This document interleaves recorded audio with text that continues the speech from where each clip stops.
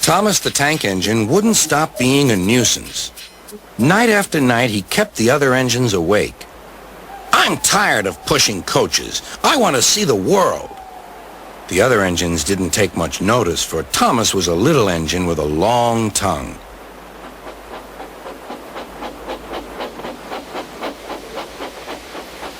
But one night, Edward came to the shed.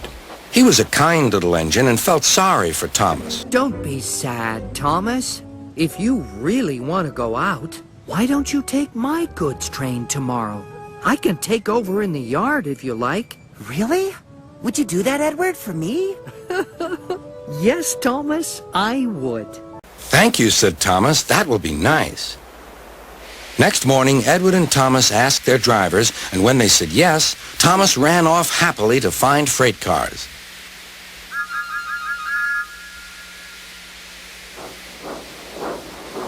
Now, the freight cars are silly and noisy. They talk a lot and don't attend to what they are doing.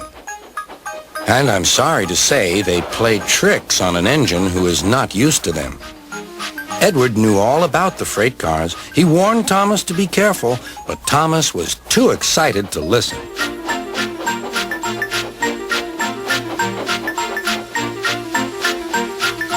The shunter fastened the coupling, and when the signal dropped, Thomas was ready. The conductor blew his whistle. "Beep, beep," answered Thomas, and started off. But the freight cars weren't ready. "Oh, oh," they screamed. "Wait, Thomas, wait!" But Thomas wouldn't wait. Come on, he puffed. All right, don't fuss, grumbled the cars.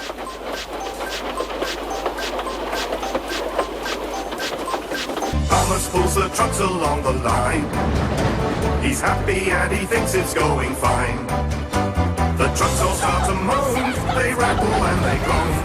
Look out, Thomas, watch out, Thomas, that's a warning sign. Come along, come along. Thomas began going faster and faster. Whoosh! He whistled as he rushed through Henry's tunnel.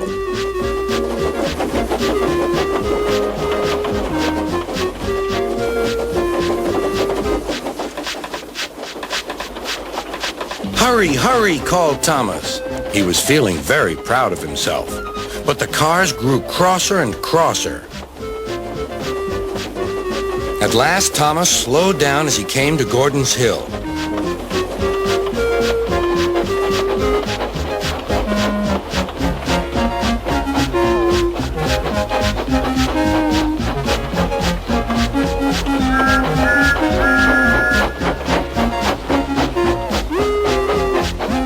"Steady now, steady," warned the driver as they reached the top. He began to put on the brakes. We're stopping, called Thomas.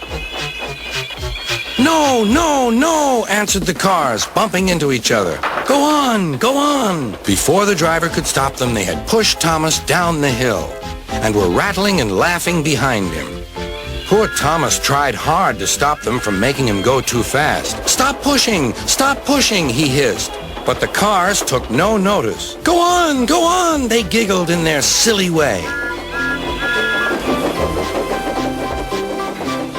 "There's the station. Oh dear, what shall I do?" cried Thomas. They rattled straight through and swerved into the goods yard. Thomas shut his eyes. "I must stop." When he opened his eyes, he saw he had stopped just in front of the buffers. There, watching him, was Sir Topham Hatt. "What are you doing here, Thomas?" he asked. "I've brought Edward's freight cars," Thomas answered. "Why did you come so fast?" "I didn't mean to. I was pushed," said Thomas. "You've got a lot to learn about freight cars, Thomas. After pushing them about here for a few weeks, you'll know almost as much about them as Edward. Then you'll be a really useful engine."